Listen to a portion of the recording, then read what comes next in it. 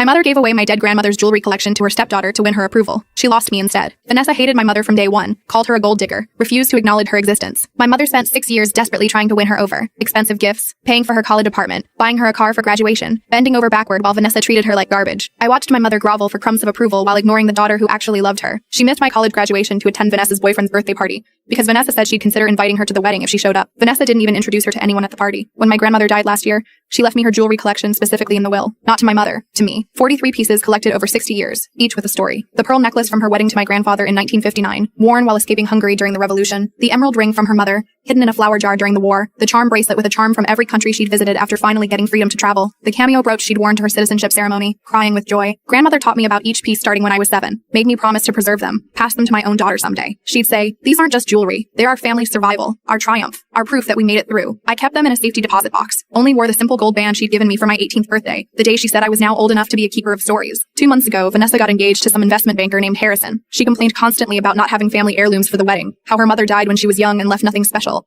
how Harrison's family had generations of jewelry and she'd look poor beside them. My mother saw an opportunity. She convinced me to bring the collection home so we could catalog it for insurance purposes. I spent a weekend photographing each piece, documenting their histories in a leather journal, organizing paperwork, my grandmother's stories filling page after page, left everything in the locked drawer of my childhood dresser while I went back to my apartment. Came back the next weekend to find the drawer empty. My mother was sitting in the kitchen with tears of joy in her eyes. "I gave them to Vanessa," she said. "She finally called me mom. She hugged me. 6 years and she finally hugged me." She'd given away my entire inheritance, my grandmother's legacy, 70 years of family history, to a woman who'd treated her like trash for 6 years. For one word, mom. For one brief hug that probably killed Vanessa to give. Vanessa had already taken the pieces, posted on Instagram about her amazing stepmother's generosity, said she'd wear the pearls at her wedding, the emerald for her engagement photos, was having the charm bracelet melted down to make new jewelry because it was too old-fashioned. Melted down. 60 years of memories, stories of survival and hope, turned into some trendy necklace. My grandmother's escape from communism reduced to scrap metal. I demanded them back immediately. My mother said I was being selfish, that family shares, that Vanessa deserved nice things for her wedding, that I had no idea how hard it was being rejected by Philip's daughter. I reminded her they were legally mine, documented in the will, witnessed by 3 people. She said I could sue if I wanted to destroy the family, but what kind of daughter would do that? Philip got involved, said I was causing drama, that his daughter's happiness mattered more than some old jewelry, that I should be happy to finally have a sister who accepted us. Vanessa posted photos wearing my grandmother's pieces, tagged them as family heirlooms from her beloved stepmother, talked about how meaningful it was to have this connection to her new family's history. My mother liked every post, commented about how beautiful Vanessa looked, how proud she was to share these treasures with her new daughter, the daughter who'd made her cry every holiday for 6 years. I gave them 1 week to return everything. They ignored me. So I called my grandmother's estate lawyer, who still had copies of everything. Turned out my grandmother was smarter than we knew. She'd had the valuable pieces appraised and photographed professionally, registered them with a Heritage Foundation for Holocaust survivors' artifacts, included a clause that they couldn't be sold or destroyed without Foundation approval. Any violation would trigger an immediate lawsuit from the Foundation's legal team. She'd known my mother's weakness for approval, planned for this. The lawyer contacted Vanessa directly. She had 72 hours to return every piece or face criminal charges